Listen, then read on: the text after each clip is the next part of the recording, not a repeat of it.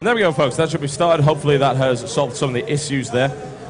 Having a few Twitch lag problems here and there. And Sen has chosen Metalopolis for this next map, so I am now host. I'm going to sort this out really, really fast and get Sen up there, and we can get ready to get into this game straight away. Yep, that should be good, and HerO is currently one game up in this best-of-3 series. If he was able to take this 2-0, that would be a very strong showing there by HerO and put him in a good state for the rest of this tournament. And Metalopolis, if HerO can hold this through, will 2-0 up, but because he won the first game, he's going to be able to have that map choice on the final map. It does the job. Are we ready to get started? Why would you do this, Starcraft? Why? There we go. The trials and tribulations of producing. Scoreboard works, and here we go. Ladies and gentlemen, it is my pleasure to bring you Liquid HerO. He is in the red trunks. He is playing Protoss to the east of the Metalopolis versus his opponent in the close air position, the mighty Gama.Sen. He is in the blue trunks, and he is playing Zerg to the north. And I just love the way that HerO played that last game. There was so many maneuvers just to kind of counterattack. He would defend in multiple areas, and then at the same time, deny hatcheries over and over and over again. The fourth base shut down, the fifth base shut down, the fourth base got shut down twice actually, and he just stunted Sen's economy as the game dragged on. And we do actually have a pylon. We talked about this before as well. In Korea, Forge Fast Expand is pretty much every single map. Yeah. So I'm sure Sen is also very well and equipped to deal with this. Yeah, I would think so. He's going to be able to get the scout on that nice and quickly thanks to the close air position there. And, of course, HerO is also aware of the close air, but decided to do that anyway. And the question is, what response is there going to be? Is he going to allow him to do that? There's a pool going down quite early, a 13 supply. That will be spotted immediately. And I think that's more of a pool just to try and keep HerO a little bit honest and say, oi, no Nexus first from you. But there you go. There's the Forge coming down. And he will just be forced to do that because it's a little bit risky not to. Yeah, and Sen has been in the scene for so long, including StarCraft 1, like all the way back to like 2003. He's a very, very old StarCraft 1 player as well, and he's always been the guy to beat Koreans. Even in StarCraft 1, he's like taken so many games off Koreans as well. So, yeah. And he's doing it once again here in many different tournaments, and will he be able to do it here though against HerO, Liquid HerO? And winning that first game is so important for Nerves, for sure. I mean, he didn't do so well in IPL 3 because of nerves. Yeah. And he even said that, if I didn't get nervous, I could have done a lot better. But he's looking very much so in form right now. Yeah, I'm liking that a lot. And Sen is really a competition veteran, and as a result, nerves really don't come into play for him. He's driven those out of his system. He's now a merciless robotic killing machine. And as a result, he would have had the edge against HerO if he'd won that first game. I think I would have probably put HerO in a really nasty spot, and he would have perhaps got a little bit jittery, but not happening at all. And as HerO starts to fix those flaws, not just in his play, but in his approach to competitive play, HerO's going to become such a dominant force, I think. And Mules are good on this map. I mean, they're not the best, simply because it's very easy to trap them inside the main and natural, because there's no, like, big space area for them to float around, unfortunately. So that may be something that Sen, might want to do, might not. We'll have to see. On this map, though, I think that Roachling is very good on this map because there's so many counterattacks and flanking maneuvers you can do. Yeah. And you can prevent the third base a lot of the time here. Yeah, HerO unfortunately did get supply block there for about 20 seconds because I don't know if he expected the pylon to die so quickly. Of course, if you're going to drop the pylon down there and let it complete, you have to have a backup pylon. And because possibly the slightly awkward timing of that spawning pool, he wasn't quite expecting that. So he was supply blocked for 20, which did limit his production somewhat from his probe count and such, but not exactly a big deal. Sen looking to bring down that hatchery as quickly as he possibly can. He's motivating it, he's willing it to go quicker. Unfortunately, this is not Tropico 3. He cannot bring his little character along and yell at it in a Cuban accent. So Sen's going to transfer down instead and wait for that to complete. And Probe actually manages to survive to work another day down on that third base. And it looks like Sen is taking a 5-minute 30 hatchery here, as you can see on the top left, or actually builds a few more drones. A little bit of a mistake there, as he could have got that down a little bit earlier. Yep. But only a minor little mistake in. I'm wondering if we are going to see a Stargate come down very, very shortly. I don't think we are, though. Well, actually, it could be, because the Stalker is on its way. So he's obviously saving his gas here for something. Wants to get rid of that Overlord out from the main base. And we could see the Stargate come down here. And there's no +1 attack. And actually, the Stalker goes the wrong way on that natural. Well, never mind. Yeah, it's not going to catch out anything there, unfortunately. Sen is getting out of there with that Overlord, and will he be able to catch that one? Yes, that Overlord should go down in the main there, so Sen knows that. He sacrifices that to keep an eye on things. In the meantime, Zealot makes its way into the mineral line, and actually does get 3 kills after stumbling over a Zergling right there, and another one. So a good investment there. Sen's drone count is quite low, honestly, at this point. 3 workers were killed there by HerO, so not a bad little start. Ooh, robotics facility is coming down here, and I smell some warp prism action for sure. Oh, definitely. I mean, in these close by air positions, and especially if you can control that ramp between the main and the natural, you basically nullify the third and the natural, and we could see some just simple, very, very simple Sentry Zealot harassment, and that Stalker's not long for this world, but you can see some very simple Sentry Stalker harassment. Or what we could see is a lot of gateways being thrown down, and then all of a sudden it could literally become a 7-gate inside the main, which gets so difficult to deal with. And if, you know, like I said, if he manages to get that block onto that ramp, stuff gets difficult, and there goes down 3 additional gateways. He's going to go to a total of 4. 5, in fact. Yeah, total of 5, so we may be seeing that, and there is the Warp Prism. It's close air. Warp Prism is nice. And surprisingly, we don't have Sen building a kind of a line of overlords in between the bases here. So he's going to see this at the last possible moment. And we do actually have a hidden pylon for later on. Basically, this pylon in the bottom left is for that 4th base. So we can warp in Zealots and then go basically kill it once again. And I'm getting a little bit nervous here. The Twilight Council is going down as well.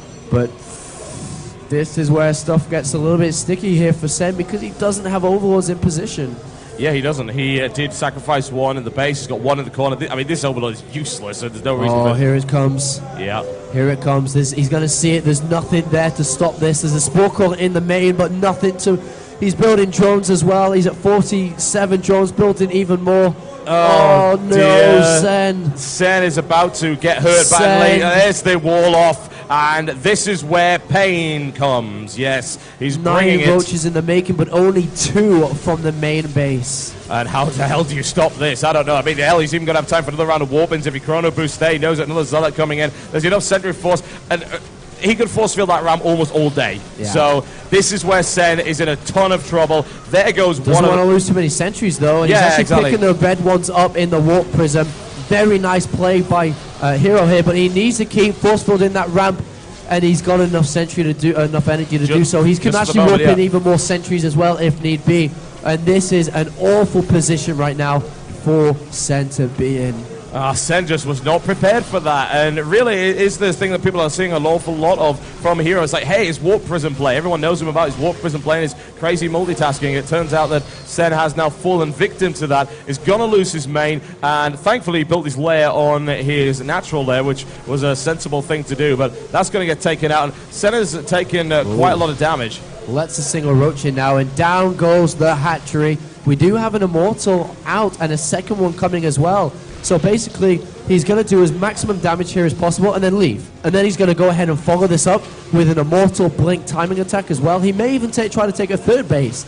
But wow, he's doing so much damage, and even saves the Zealots as well. Very nice. Yeah, good stuff from HerO. In the meantime, Sen has actually been mining from this 3rd base here, and this, I suppose, is now his main, is left pretty much untouched. So there has been a lot of damage done. 25 workers have been killed. You cannot certainly discount that. The spawning pool was killed. A lot of tech buildings were destroyed. That has really limited what he can do. Ooh, an Immortal drop. I haven't seen one of those in a while. But the Roach speed upgrade is coming in, and that's really what he's going to have to rely on here. DT Shrine on the way up as well, just to really throw a spanner in the works of Sen. And it is looking bad for Sen. He is not out of it, certainly. And army supply count is fairly equal. Sen's actually managed to catch up in that regard. But still, that Warp Prism is being an absolute pain, and even that hatchery might get destroyed by these 2 Immortals here. Yeah, that's basically what it's going for as well. And very shortly, the DTs can go in and cause havoc all over the place. And we actually see HerO keeping that pylon alive for another time here. So that's going to be where the DTs want to come from. But usually this map, and actually hold that thought because the hat tree is going to go Surely down. be cancelled. Yeah, exactly. He tried to hold off as long as possible. He was hoping against hope that he'd survive that. And HerO just picked that up. Oh, really nice. Look at that. Oh, that is fantastic. Blink micromanagement there. Sorry, drop micromanagement. Does need to get out before those both get shot down, but it does as much damage as possible and then leaves. The thing is, this map is really hard to hold a third base on a lot of the time, but when you're this far ahead, Sen can't leave his base. So he's able to get this third base really up. The probe count's not that high, actually, only at 58. But, oh my god, the Dark Shrine's about to finish. That Warp Prism is still around as well. Can very easily deploy DTs. He can warp DTs on this bottom pylon as well. And the Evolution Chamber is non-existent. He does have a layer, so he can morph and overseer, but 4 DTs actually are going to be able to snipe this hatchery so incredibly fast. Yep, they're on their way. And this Warp Prism is doing a little bit of a protest. Occupy Sen's base. It is now the 99%. 2 Immortals are coming down. He's just going to go for it by looks. That is a lot of roaches he's throwing at him right there. The DTs will now destroy this base. There's not a lot that can really stop them. And this is getting to the point really where it's all in for Sen. He's just got to throw at it and hope for the best. Well, yeah, and HerO, where does he go? Where does he hide? He can't really find a decent area to force field around. This is okay for now, but he needs to bring those 2 Immortals home that were in the Warp Prism, and there they are now together in the center of the map. And with 3 or 4 Immortals, he has more than enough. Both hatcheries have gone down here for Sen, and now he's literally manning from 2 bases. HerO is easily on a 3rd. Could even think about taking a 4th base in the center of the map now as well. HerO is just playing so well, and we could actually see DTs made into the main base. Actually, that would be a bad idea because Overseer's all morphed out now. Yep, definitely. But we do have another DT onto that 3rd base looking for that drone, smelling that drone, but is going to picked up nice and easy here.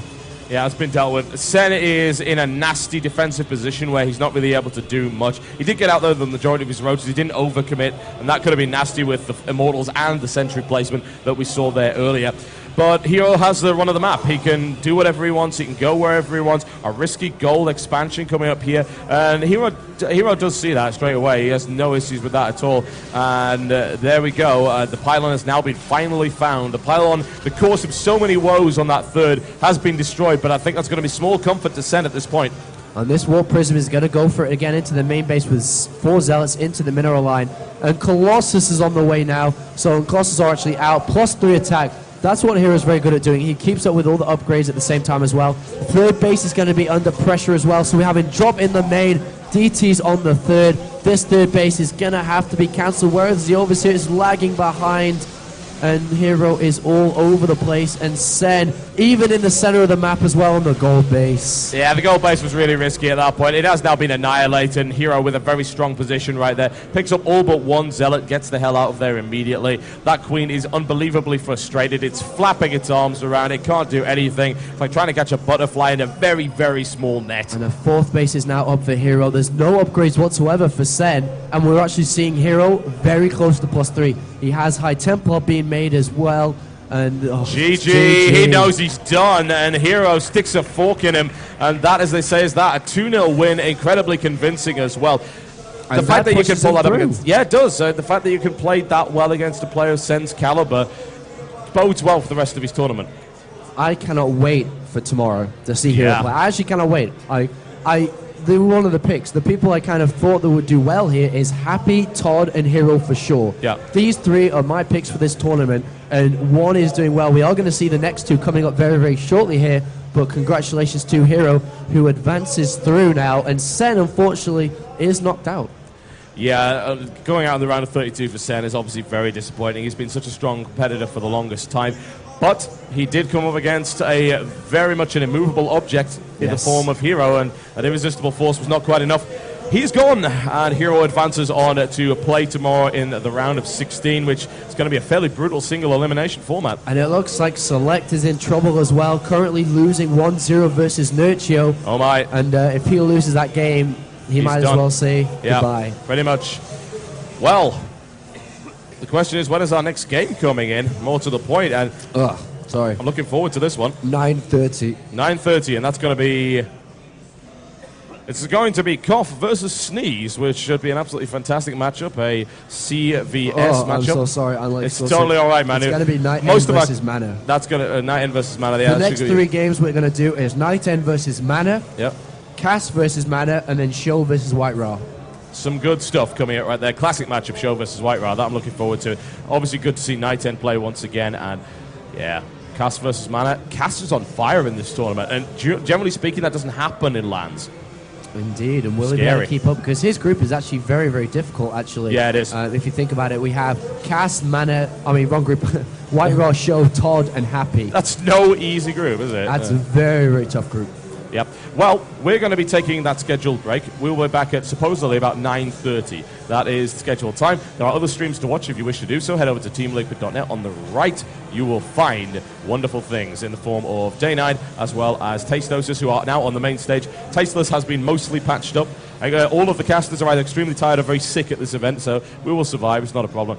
And we will see you at 9:30 for yet more StarCraft action.